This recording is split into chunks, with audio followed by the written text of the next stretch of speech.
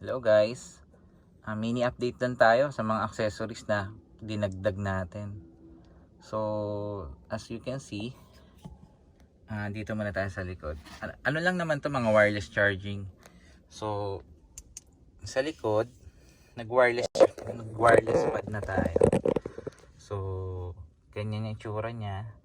So pinapatong lang dyan yung phone. I-set up nyo na lang na yung phone nyo is magcha-charge. Kasi tapos dinikit ko lang siya. Kasi minsan hindi magcha-charge pag hindi nasa tamang position. So i-set up nyo na lang yung tamang position niya. Tapos idikit nyo na lang. Or gamitin ng double-sided or what. Pwede naman.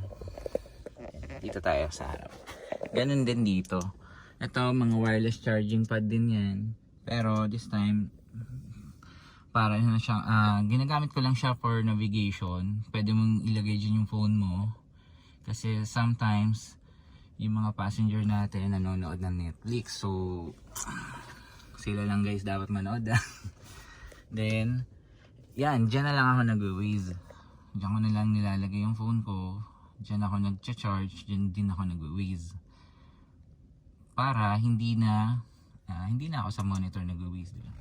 Then, bili na lang kayo ng cord. May cord yan eh.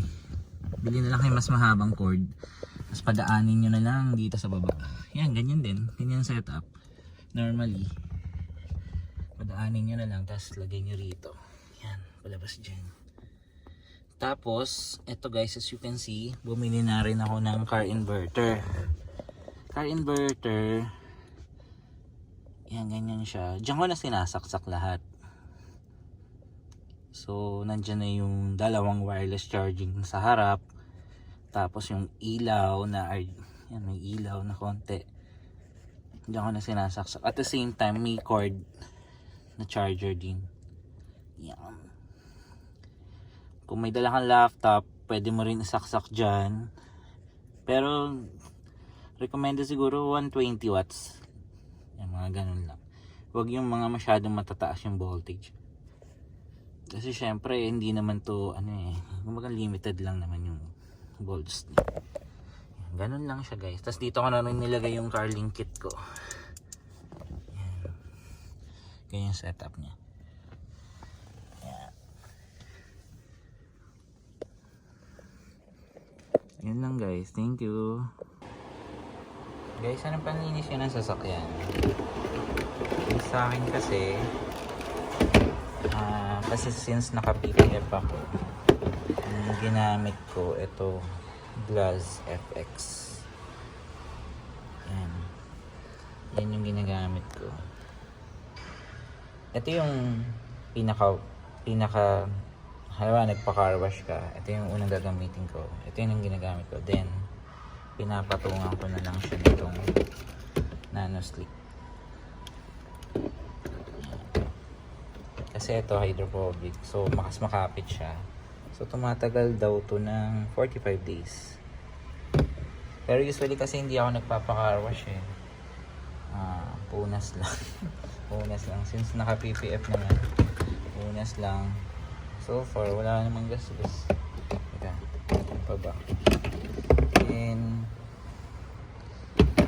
ano ba to? Ay, tire block yan. Naglalagay din minsan ako ng tire block. Mga budget lang. Yan, tire block. Ito kasi maganda kasi mabango. Mabango siya. Before, ito rin ang gamit ko. Okay din, pero parang mas feel ko tong tire block na isa. Then, sa loob, ito, sun shield protectant. Okay naman siya. Usually kasi ito ginagamit ko lang sa mga FUD, yung mattings. Pero madulas siya. Pag sa driver side, huwag mo siyang gagamitin. Recommend ko huwag mong gamitin madulas. Sa passenger side lang, sa likod. Yun lang. Madulas siya. Pero maganda siya. In fairness, maganda siya.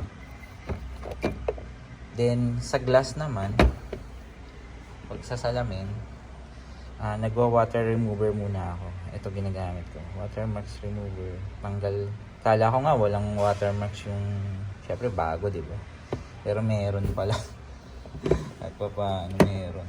Tapos Para, kasi pag ganito lang, mas maganda may hydrophobic. Kaya ang ginagawa ko, ito, stain guard. Okay din tong stain guard na to. Ayan, stain guard. Super hydrophobic na yung ano niya. So, ang apply nito pa circular or pa vertical. Ayan, tapos antay ka mga 20 minutes, 15 to 20 minutes. So, tapos ito guys, sa daga. Ito ini-spray to sa makina. Actually sa mga tawag dito sa mga cord or sa mga wirings, pwede mo siyang spray.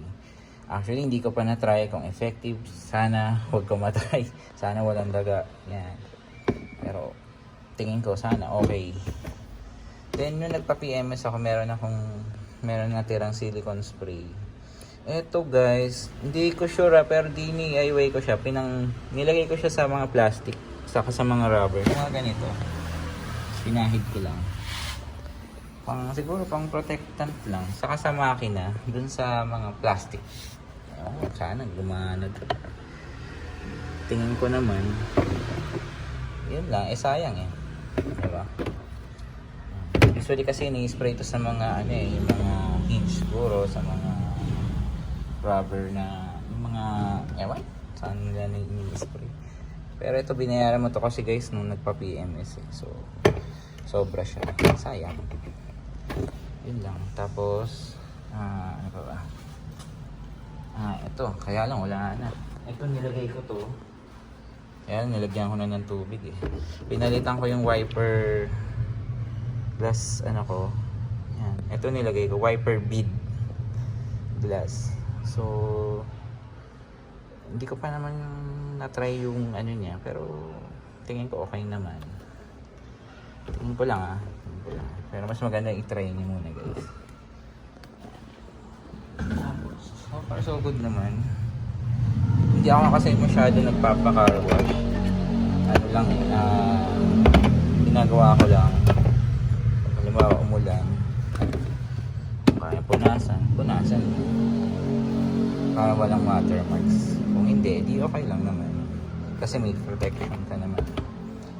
Yun lang. Thank you guys.